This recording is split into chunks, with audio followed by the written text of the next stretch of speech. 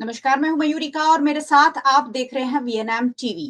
रोज रात 10 बजे गुजरात के अलग अलग शहरों में क्या चल रहा है, ये वीएनएम टीवी के जरिए देश दुनिया के सामने आ रहा है। क्योंकि गुजरात मॉडल देश भर में और विदेशों में प्रोजेक्ट तो बहुत हो रहा है, लेकिन गुजरात मॉडल की जो कमियां हैं, जो दिक्कतें हैं, बहुत सारी अच्छी चीजें हैं जैसे हम बिल्कुल डिनाई नहीं करते हैं।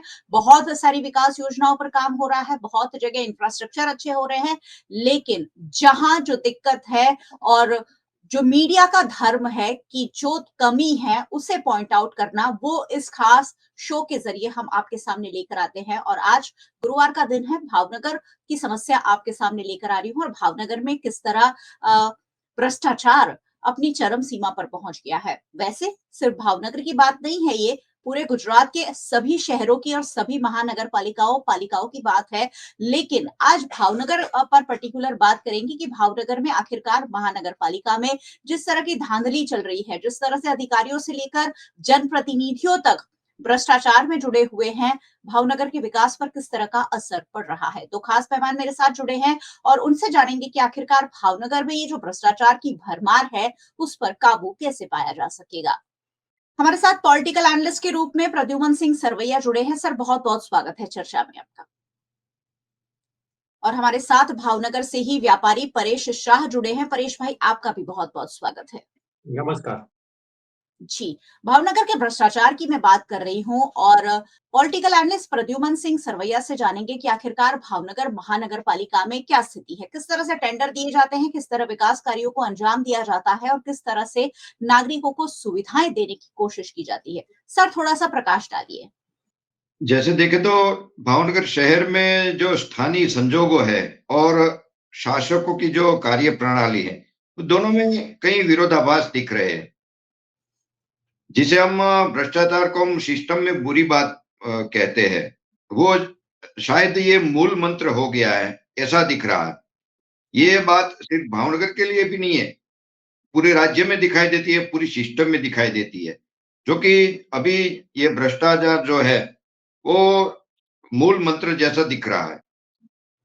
अभी भी हमें देखा भावनगर में ये अभी अभी बोर्ड में जो एक गार्डन का जो बात थी, वो गार्डन का काम भी नहीं हुआ तो और कॉन्ट्रैक्टर को 44 लाख ऐसे ही चुका दिया गया, उसको दे जी। दिया गया।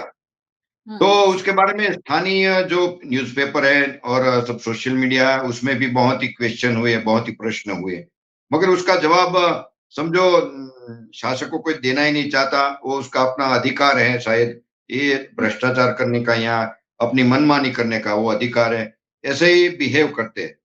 इससे पहले भी 6 महीने पहले जो एक जमीन का एक भ्रष्टाचार जो दिखता था, तो उसमें तो किसी आम आदमी ने विरोध नहीं किया, मगर बीजेपी के करीब 14-15 कॉरपोरेटर और करीब कुछ संगठन के होद्देदारों ने उसका विरोध किया था। वो गांधीनगर तक उसका विरोध करने गए थे कि वही वो जमीन का जो बात है बोर्ड में लाया गया, उसमें पूरा भ्रष्टाचार है और शहर की जो कॉरपोरेशन को उसमें लॉस हो रहा है। मगर शायद ऊपर से उनको ऐसा जवाब दिया गया कि ये तो अपना सिस्टम का, अपना पार्टी का मूल मंत्र हो गया है, इसलिए आप जो विरोध कर रहे हैं वो सिस्टम के विरुद्ध है, वो डिसिप्लिन के विरुद्ध है, इसलिए आप जी। चुप रहिए। और उसकी वजह से शायद सब कॉरपोरेटर ने जो विरोध कर रहे थे उसने चुपकी दी, स्वीकार कर ली। इसी तरह ये 44 लाख का जो बिल है, उसमें भी सब चुपकी बैठे हुए हैं, चुपके रखे। और कोई अगर प्रश्न करता है कोई मीडिया वाला, तो उसका जवाब नहीं मिल रहा है। और जी। भूतकाल में बोले देखे, अपना एक कालियापीड़ विस्तार है, तो हम्म। वहां ये सब ये वैसे समझो कॉरपोरेशन में ग्रांट आती जाती रहती है। तो एक साइकिल ट्रैक बनाया था 2 किलोमीटर का, जी। शायद 8-10 करोड़ का ग्रांट आया था, तो कहीं ना कहीं यूज करना है, तो हम्म। समझो वहीं साइकिल ट्रैक बना लो, उसका साइकिल ट्रैक बना लिया रोड के साइड में। तो समझो वो 2-2.5 साल रखा, फिर वो साइकिल हम्म। ट्रैक निकाल दिया। तो ऐसा लगता है कि वो ग्रांट का ऐसे ही ग्रांट के थ्रू पैसा, नया पैसा बनाने का पूरा प्रोजेक्ट होता है शायद शासकों का और जी। अधिकारियों का या पॉलिटिशियनों का। वही हिसाब से अभी हम देखते हैं बहुत से ऐसे बातें हैं जो हम्म, ब्यूटिफिकेशन के लिए पैसा बहुत सी ग्रांट आती है, शहरी विस्तार में आती है। अभी बजट में हम्म, भी शहरी विस्तार को फर्स्ट प्रेफरेंस दिया गया है।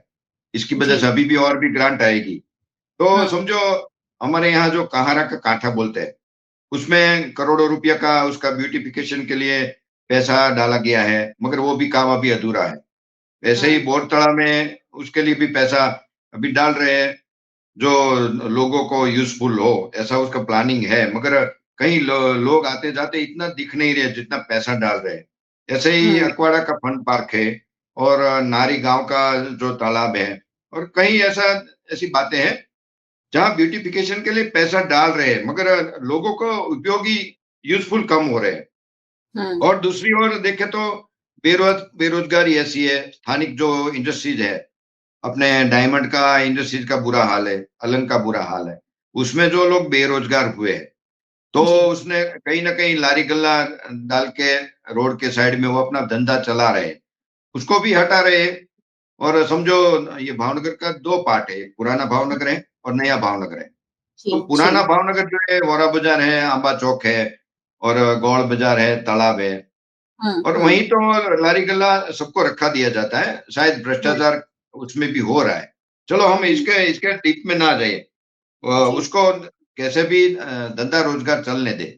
मगर जो वाघावाड़ी रोड है, घोघा सर्कल है, ये घोघा रोड है, और भी जो रास्ते हैं, जो हम्म, रोड है नई वाली, वही लारी गल्ला वाले हैं, कैबिन वाले हैं, उसको ब्यूटिफिकेशन के नाम पे, ट्रैफिक के नाम पे सबको हटाया जाता है। और जी, वैसे तो ये सीएम साहब या कोई वीआईपी बारी बारी आते हैं, उसको इतना ये रोड बुरा ना दिखे, इसके लिए सब हो रहा है। तो हम्म, समझो सीएम साहब तो साल में 8-10 बार आते हैं। मैंने एक देखा था अपना कालियाबीड़ में ही, एक झाड़ू बेचने वाला परिवार जो वहीं हम्म, रहता था, दिन में झाड़ू बेचता था, रात में हम्म, वहीं, बारिश में भी वहीं अपना वो आधार करके सो जाता था। तो हम्म, सीएम आने वाले थे, उसलिए इसलिए उसको वहां से हटा दिया। जी, अरे ये तो अपनी रियलिटी है ब्यूटिफिकेशन। सीएम को तो पता होता है कि अपना क्या हाल है, क्या हालत है। और जी, जी, रोजगारी का जो हर एक आदमी के पास उसके जीवन में कितना महत्व है। सबको जी, तो पैसा ऐसे ही मिल नहीं जाता कि झाड़ पे चलो पैसा उगता है ले लो, सत्ता का आप जी, हिस्सा है, तो पैसा तो हम्म, आपके आपके पास सामने से आ जाता है। और बाकी हम्म, लोगों तो बहुत मेहनत करनी पड़ती है। तो जी, बिल्कुल, वो देखना पड़ता है, ये जो विरोधाभास है शासन में, हम्म, वो कहीं न कहीं सीधा दिख रहा है, और प्रजा में कहीं उसका रोष भी है। हाँ जी। जी, बिल्कुल, जी।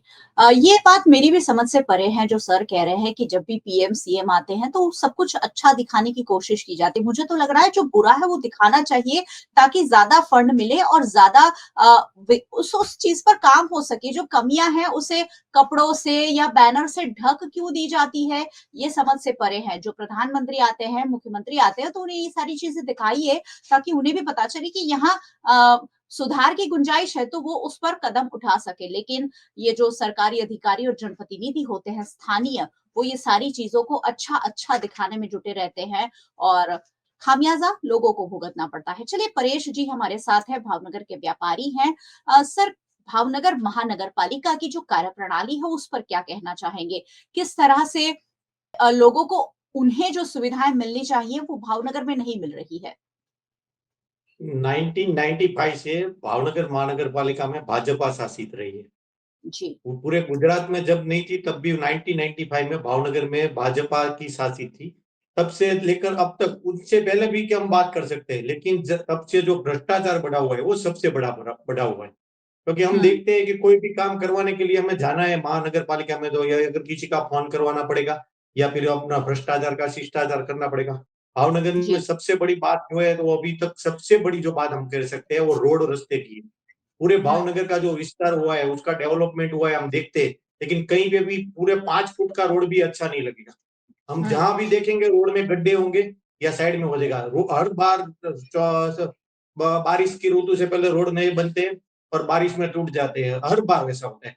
और फिर हुँ, ऐसे ही उसको रेती वगैरह डाल के चला लेते हैं। अभी भी भावनगर में आज 5 किलोमीटर तक का अभी एक भी रोड सही नहीं है।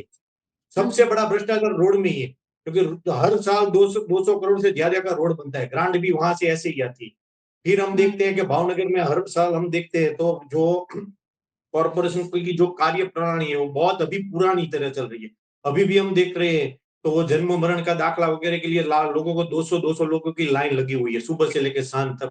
हर बार बोलते हैं कि वो सॉफ्टवेयर काम नहीं कर रहा है, ये काम नहीं कर रहा है। अगर वो 500 रुपये देगा तो उसको घर बैठ कर अपने घर पे ही मिल जाएगा वो दाखला। ये सब भ्रष्टाचार की जड़ है। और जो અમારે કોર્પોરેટર ચૂંટાઈને આવે છે એ લોકોના હાથમાં કોઈ વસ્તુ નથી. ભાવનગરમાં આપણે જ્યારે પણ જે ભાજપ શાસિત રહ્યું છે ત્યારે તેનું ટોટલ કામ ભાજપના કમલમમાંથી જ કરવામાં આવ્યું છે. ભાવનગરનું જે દીનદયાળ પંડિત બનાવવામાં આવ્યું છે એમાંથી જ કરવામાં છે. કોર્પોરેટરને કોઈ સંકલનમાં બોલવાનો હક નથી હોતો કે સાધારણ સભામાં બોલવાનો હક નથી. આ વર્ષોથી એક પ્રણાલી છે. સંકલન જે નક્કી કરે તે જ પ્રમાણે કામ કરવાનું છે. ચૂંટાયેલા કોર્પોરેટની કોઈ અહેમિયત નથી. તેને ફક્ત અધિકારી સાથે ફોન વાત કરે કે મારા સોસાયટીમાં એક ગટર ઉભરાણી છે, ઈ સાફ કરાવી દો, આ કરી દો એની માટે. બાકી ડેવલપિંગના કોઈ કામમાં તેને કોઈ વસ્તુનું મંતવ્ય લેવામાં આવતું નથી. ये अलग अलग जो काम हम देख रहे हैं कहीं पे भी, तो हम देखते हैं कि भावनगर का जो छूटा हुआ प्रतिनिधि है उसको इतना इंपॉर्टेंस नहीं मिलता है क्योंकि उसके ऊपर जो बैठे हैं वही लोग चला रहे हैं। अभी हम बात करते हैं भावनगर में अभी एक नया मॉल बनाया हुआ है। वो नया मॉल जो रेसिडेंस में बनने रहा था उसको कमर्शियल करने के लिए और हेतु फेर करने के लिए की बात कर रही थी। तो उसने ऑफिशियली 1 लाख रुपया पक्ष के फंड में दिया, उसके बाद ही उसको चालू करने के लिए मिला। उसने वो चालू भी किया मॉल, बरोबर है। बाद में फायर एनओसी की वजह से बंद कर दिया। उसने ऑफिशियली पैसे दिए। आज हम देखते हैं तो ऑफिशियली 1 लाख रुपया उसने दिए हुए, हमने सुना है, देखा है, न्यूज़पेपर में भी पढ़ा है। ऐसे कोई भी काम के लिए अगर हम करना है तो हमको पहले अब उसको रिश्वत देनी पड़ती है, उसके बाद वो आगे होता है। ऐसा क्यों होता है? तो भावनगर में सबसे बड़ा भ्रष्टाचार चल रहा है, वो हम देखते हैं तो लीज पट्टा, जो पूरे गुजरात में कहीं पे भी लीज रिन्यू करने के लिए कोई भी पैसा नहीं मिलता। यहाँ पे अभी जो नए-नए लीज पट्टे आ रहे हैं, जो उसका काम हो जा रहा है। पुराने 10-10 साल से अब लीज पट्टे लीज में रिन्यू नहीं हो रहे। क्यों नहीं हो रहे? क्योंकि उसने अभी शिष्टाचार किया नहीं है। जो भ्रष्टाचार का शिष्टाचार है वो चैनल अभी नहीं चल रही। उसके लिए भी जब से 95 से बात कर रही थी कि भाई हम इसके लिए एक पॉलिसी फिक्स करते हैं कि ऐसे होगा तभी वो रिश्ता ऐसा होगा। लेकिन आज तक वो पॉलिसी नहीं हुई है। जो नए-नए आते हैं उसका लीज पट्टा रिन्यू हो जाता है, पुराने वाले का नहीं होता है। ये सब भ्रष्टाचार के सिस्टम है। हर बार वो लोग कह भी रहे हैं, हर बार कह रहे हैं कि भाई चलो हम ये कर देते हैं, वो करते हैं, लेकिन होता नहीं है। तो सामान्य आदमी, आम आदमी है, उसको बहुत परेशानी है। उसको छोटे से काम क्या होता है कि जन्म मरण विभाग में जाना होता है, उसका सर्टिफिकेट मिल जाए। वो अभी पूरा सिस्टम ऑनलाइन हो रहा है, फिर भी लाइन में क्यों खड़े रहना पड़ता है? अभी आज की डेट में हम देखते हैं तो 200 व्यक्ति आदमी ऐसे छोटे-छोटे काम के लिए हम, और पूरे गुजरात में सबसे ज्यादा हाउस टैक्स वगैरह हम देख रहे हैं तो भावनगर महानगर पालिका में। क्यों भाई? अहमदाबाद से भी ज्यादा रेट क्यों है यहाँ पे? भावनगर के जो आप देख रहे हैं तो जो पूरा सिस्टम है वो महानगर पालिका के हाथ में रहते हैं, पर महानगर पालिका में जो अभी भी पुरानी जैसे नगर पालिका की सिस्टम थी ऐसे ही चल रहा है। उसको कोई अपग्रेड करने के लिए करते हैं, ऑनलाइन करते हैं, ये करते हैं, वो करते हैं, लेकिन उसमें ज्यादा फर्क नहीं होता है। आम आदमी को तो परेशानी उठानी पड़ती है। जी, बिल्कुल। जब भावनगर की बात कोई करता है तो भावनगर और वडोदरा मुझे बहुत सिमिलैरिटी सामने आती है। वहाँ यहाँ महाराजा सयाजीराव गायकवाड़ है तो वहाँ महाराजा कृष्ण कुमार सिंह जी है। जो समस्याएँ हैं वो भी सेम टू सेम उसी तरीके की है ऐसा लगता है। और ना सिर्फ भावनगर और वडोदरा, अहमदाबाद, सूरत, कहीं न कहीं सारी जगह यही तरीके की समस्याएँ हैं। प्रद्युमन सिंह जी हमारे साथ हैं। सर, भावनगर में कॉन्ट्रैक्ट देने का जो काम है, जो टेंडर प्रक्रिया होती है वो किस तरह से होती है? क्या वहाँ ट्रांसपेरेंसी महानगर पालिका दिखाती है? जब पहली नजर से हम देखें तो सब ट्रांसपेरेंसी दिखाई देती है, मगर अंदर की बात अगर देखें तो सब उसमें ज्यादा भ्रष्टाचार है ऐसा दिख रहा है। और हमने बारी-बारी देखा है जो ब्लैक लिस्ट में है जो कॉन्ट्रैक्टर या फिर जिसका काम अच्छा नहीं है, उसको भी बारी-बारी काम मिल रहा है। तो वो हिसाब से समझ में आता है कि ना कुछ दिक्कत है। और जो हमने बात की, जो सिटी का ब्यूटिफिकेशन के लिए जो ग्रांट यूज कर रहे हैं, वैसे तो ग्रांट ज्यादा से ज्यादा सब शासक को कमाने के लिए जैसे कर रहे हैं, ऐसा ही खर्च हो रहा है। सही जगह नहीं हो रहा है, सही क्वालिटी से नहीं हो रहा है और गलत तरीके से हो रहा है। ये जब सब बातें हैं जो जहाँ पे ग्रांट यूज हो रही है और जहाँ पे जरूरत है, चलो समझो आपको ब्यूटिफिकेशन करना है तो शहर का जो एक तळाजा से एंट्री है शहर का, तो वहीं से जो गांव से जो खराब रास्ते से एंट्री है, तो कई साल पहले समझो 30 साल से वो रोड का नया रिंग रोड से नया जो ब्यूटिफिकेशन अच्छा एंट्री हो ऐसा प्लानिंग में है। तो वो हाईवे अथॉरिटी के पास जो पावर था वो कॉर्पोरेशन ने अपने पास ले लिया, और जो वो एंट्री के लिए जो जमीनें एक्वायर करनी थी, जिसको मुआवजा देना था, वो दे दिया 30 साल पहले। मगर वो एंट्री से जो है तलाजा से जांजरिया हनुमान ये और वहीं से टॉप 3 वाला रोड जो एंट्री अच्छा सिटी का एंट्री अच्छा ब्यूटिफिकेशन हो सकता है, वो 30 साल हो गया, ये सब मुआवजा दे दिया सब किसान लोगों को, मगर वो काम नहीं हो रहा है, क्योंकि शायद वही रोड पे अभी कुछ पॉलिटिशियन को जमीन खरीदनी बाकी हो सकती है, इसलिए वो रोड का अभी काम नहीं हो रहा। 30 साल हो गया। और वही रिंग रोड टॉप 3 से लेके समझो ये सिरसा रोड, ये रिंग रोड का 5 साल से काम चालू है, और सब टीपी सब खोलना बाकी है, सब नहीं खुल रहा है, क्योंकि कहीं ना कहीं जमीन किसानों को, किसान अगर शायद थक जाए और बेच दे कुछ यहाँ के लोकल पॉलिटिशियन के, जो भी इन्वेस्टर है अपने, तो उसकी राह देख रहे हैं, तब तक डेवलप नहीं कर रहे हैं। ये सब भ्रष्टाचार का एक हिस्सा है। एक दूसरी बात देखें, जो हिंदुत्व के नाम से चलती हुई सरकार, और जगन्नाथ का यात्रा अहमदाबाद के बाद दूसरा स्थान पे जो बड़ी बड़ी यात्रा भावनगर में निकलती है, जिसको लोग फंड देते हैं, बड़ा बड़ा फंड देते हैं, 1 महीना तक पूरा शहर हिंदुत्व के वातावरण में रहता है। मगर जो जो जरूरी बात है शहर की, जो शहर की डेमोग्राफी बदल रही है और कहीं ना कहीं अशांत धारा लगा है, फिर भी वो अशांत धारा विस्तार में एरिया में ये भ्रष्टाचार का साथ लेके और विधर्मी या जिसके ऊपर प्रतिबंध है वो लोग भी अपना दस्तावेज कर रहे हैं और खुलेआम कर रहे हैं, और उसका विरोध भी हो रहा है, मगर उसके लिए कोई पॉलिटिशियन, कोई शासक या कोई पावर वाला कोई जो संगठन है वो बाहर नहीं आ रहा है। लोगों की प्रॉब्लम्स है, प्रश्न है, उसके लिए कोई जागरूक नहीं है। सबको अपनी खुद की जो भ्रष्टाचार अपने को क्या मिलता है उसमें ज्यादा इंटरेस्ट है, और बाकी तो इलेक्शन में हिंदुत्व का नाम आगे करके सब वोट ले रहे।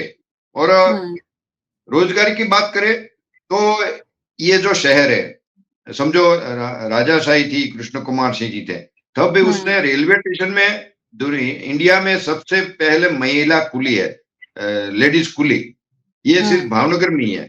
रोजगारी के अंदाज से, कैलकुलेशन से महिला को रोजगारी मिल सके, इतना दीर्घ दृष्टि जो महाराजा ने दिखाया था।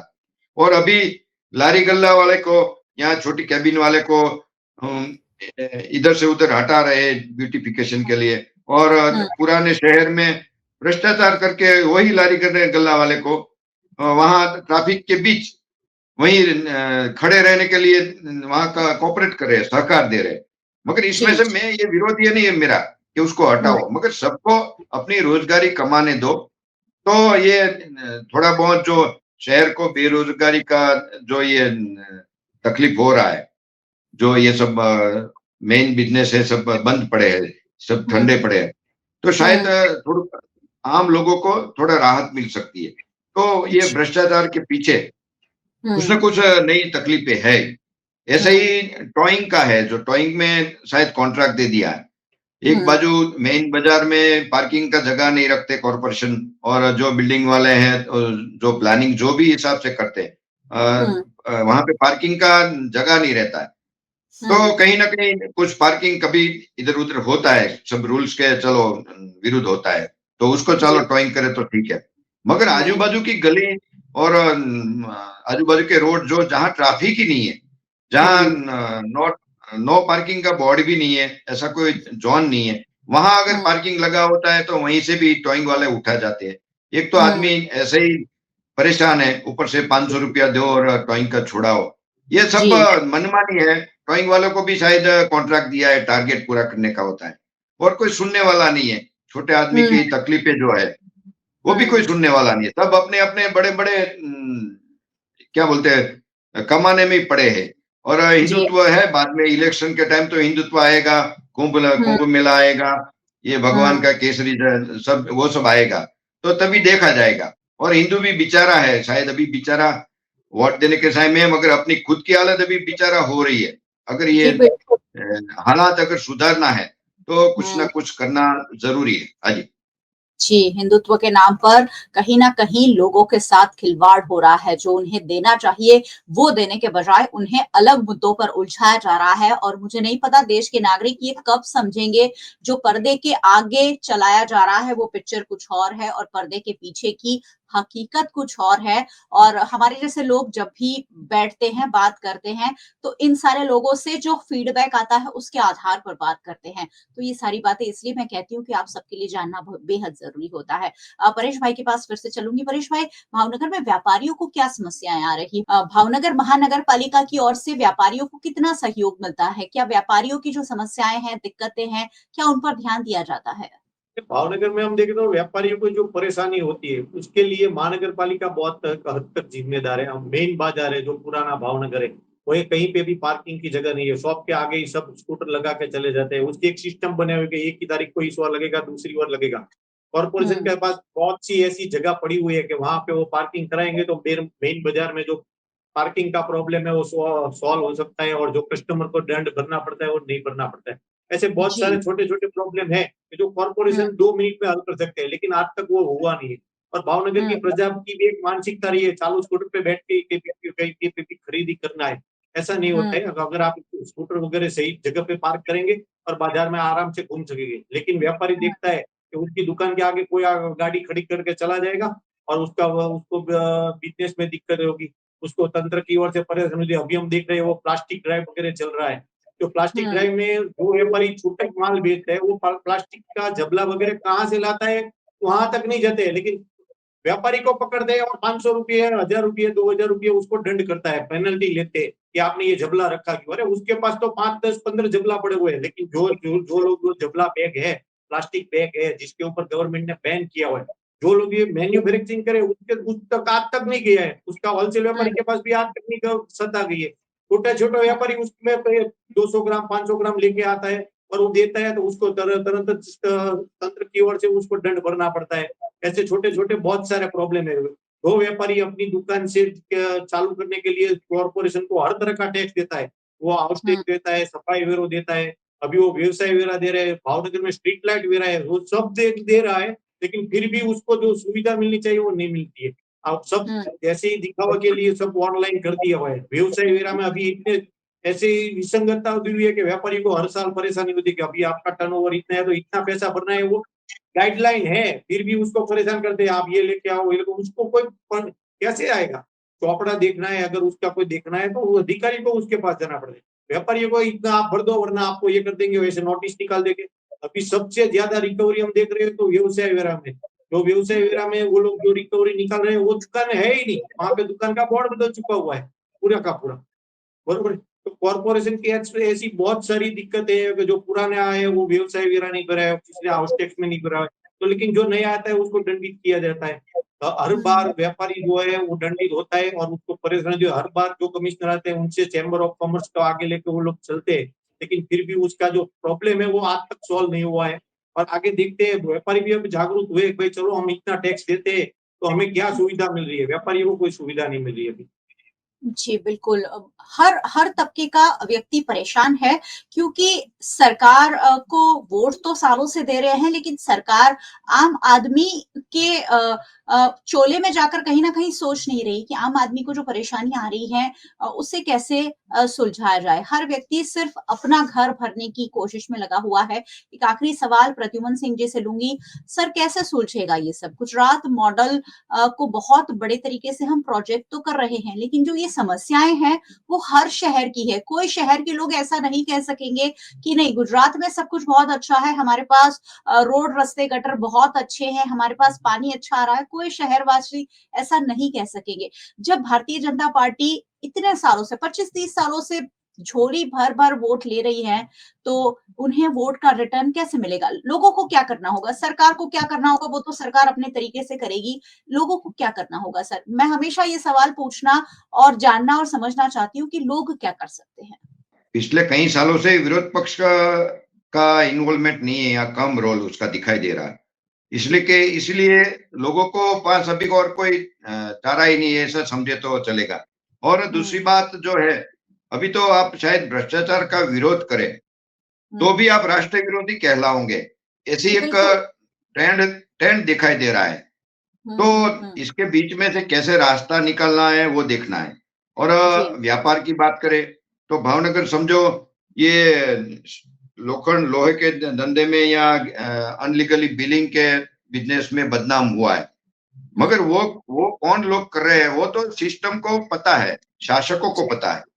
तो उसके वहां जो एक्शन लेना चाहिए वो नहीं ले रहे, और खाली खोटे जो जेन्युइन व्यापारी है, जो बिजनेसमैन है, उसके में यहाँ बारी बारी रेड पड़ती है और खाली खोटे हैरान करने की बात हम देख रहे हैं। और जहां से पैसा निकलने वाला है, जहां से गलत हो रहा है, वहीं जहां नहीं जा रहे, क्योंकि वो लोग कहीं ना कहीं सिस्टम से जुड़े हुए हैं, तो जी। उसको वहां सेफ्टी मिलती है। तो ऐसे कई बात है। और भ्रष्टाचार की बात देखें तो अभी कोई सुनने वाला ही नहीं है। अभी आप हम बोले तो भी सब जिसको बोलते हैं सिंडिकेट हो गई है। तो आने वाले समय शायद बता सकता है, या कुछ सिस्टम में बड़ा बदलाव हो, चेंजेस हो, और जी, जी। पब्लिक प्रजा में भी कुछ ज्यादा जागरूकता आए, तो ही ये जी। सिस्टम में बड़ा हो सकता है। वरना तो अभी समझो बड़े बड़े इंडस्ट्रियलिस्ट उद्योगपतियों के नीचे ये सब छोटे छोटे बिजनेस तो गायब हो रहे हैं, उसके जी, जी। नीचे आ रहे हैं। अभी छोटे छोटे व्यापारी को बिजनेस करना मुश्किल हो गया है। तो शायद ये आदत पड़ जाएगी कि हैरानगति जो है, परेशानी जो है, वो शायद आगे जाके आदत हो जाए, ऐसी शायद आज के शासकों की इच्छा भी है बिल्कुल, कि कोई बिल्कुल। बोलने के जैसा लायक ना रहे, कोई विरोध करने का लायक ना रहे, और हम जी। जैसे बोले पपेट की तरह, प्रजा भी पपेट की तरह बर्ताव करे। शायद ऐसा जी। प्लानिंग है, और हम तो भगवान को प्रार्थना करते हैं इस ये सब होने से पहले प्रजा जागरूक हो जाए और जी, जी, सच्ची बिल्कुल। लोकशाही के सिस्टम में आ जाए। हाँ जी। जी। गुजरात के मुख्यमंत्री पपेट दिए गए, गुजरात में अलग-अलग महानगर पालिकाओं में मेयर पपेट के रूप में दिए जा रहे हैं कि जिन्हें कोई नॉलेज नहीं है वहां उस स्थान पर बैठने का। और अब सरकार शायद चाहती है कि लोग भी ऐसे ही पपेट बन जाए कि हम जो उन पर थोपते रहें, वो करते रहें। परेश जी, आप कुछ जोड़ना चाह रहे थे, बताइए। आपने बताया कि इस परिस्थिति के लिए कोई अकेला जवाबदार है तो प्रजा ही है वो, क्योंकि प्रजा हाँ, इतनी हाँ, बिल्कुल। बहुमति ज्यादा दे देगा, विरोध उसका अस्तित्व ही नहीं रहता है। आम आदमी को अभी आप पूछ के बताओ आपके वार्ड के कॉर्पोरेटर कौन है, वो अपने 4 कॉर्पोरेटर का नाम नहीं बता पाएगा। तो भाई तूने मत्थू मारा है, तूने मत दिया है, तूने उसको सिलेक्ट किया है, फिर भी तुझे उसका नाम नहीं आता है। जब चुनाव आता है, मीटिंग करते हैं, तो आप 2 मिनट उसको देखते हैं, वो एक पक्ष को मत देते हैं, कोई व्यक्ति को नहीं देते। इसी वजह से ये सब परेशानी हो रही है। हम जब भी देखते हो तो विरोध पक्ष का कोई अस्तित्व नहीं रहता है, इसीलिए ये सब परिस्थिति है। तो अभी जो प्रॉब्लम है उसके लिए जैसे सत्ताधारी पक्ष या तंत्र जवाबदार है, इसी तरह प्रजा भी इतनी जवाबदार है, क्योंकि वो अपना मत किसी या तो अपनी जाति ज्ञाति के नाम से देगा या फिर किसी को ऐसा करेगा। ऐसा नहीं करना चाहिए, जो सही व्यक्ति है उसी को मत देना है। जब जागृति आएगी तभी लोगों को काम होगा और वैसा होगा। जी, बिल्कुल, जो समस्या है उसकी ज़िम्मेदार सिर्फ़ सरकार नहीं है, उतना ही ज़िम्मेदार विपक्ष है और उतना ही ज़िम्मेदार इस राज्य की जनता है, क्योंकि आप बिना कुछ सोचे, समझे, परखे, नाम भी नहीं पता होता है और सिर्फ़ सिंबल पर, सिर्फ़ एक व्यक्ति के नाम पर वोट करते हैं और फिर 5 साल तक आपको कोई सुविधा नहीं मिलती, जिसका आप हिसाब भी नहीं माँगते हैं कि हमने वोट किया था, प्रधानमंत्री नरेंद्र मोदी को देखकर किया था, तो आप मोदी जी को ईमेल कीजिए ना कि हमारे यहाँ सड़कें ठीक नहीं है। वैसे उसका कोई जवाब नहीं आएगा, लेकिन हो सकता है कि आप जब इस तरह से आवाज़ उठाना सीख जाएँगे, तो लोगों को पता चलेगा कि अगर काम नहीं होगा, तो हो सकता है जनता सवाल पूछे। चलिए, बहुत बहुत शुक्रिया आप दोनों मेहमानों का हमारे साथ जुड़ने के लिए। Thank you so much. और बहुत-बहुत शुक्रिया आप सभी व्यूअर्स का हमारे साथ जुड़ने के लिए। वैसे व्यूअर्स को हमेशा ही जुड़ते रहना चाहिए, क्योंकि ये सारी समस्याओं पर बात करेंगे तो ही शायद हल निकल कर बाहर आएगा। बीएनएम टीवी को आप यूट्यूब चैनल पर देख रहे हैं, ज़रूर देखते रहिए और चैनल पर अगर नए आए हैं, पहली बार आए हैं, तो सब्सक्राइब किए बिना बिल्कुल मत जाइएगा, क्योंकि यहाँ उन्हीं बातों को हम चर्चा में लेकर आते हैं जो आपके लिए जानना और समझना ज़रूरी है। आप हमें फेसबुक पर देख रहे हैं, शेयर जरूर कीजिए। ये बातें हर व्यक्ति तक पहुंचाना जरूरी है। आप हमें ओटीटी प्लेटफॉर्म्स पर देख रहे हैं, डीडी हंट, वोडाफोन टीवी, जियो टीवी और जियो टीवी फाइबर 498 नंबर के चैनल पर वीएनएम टीवी को 24 घंटे लगातार देखा जा सकता है। देखते रहिए वीएनएम, जुड़े रहिए वीएनएम के साथ। नमस्कार।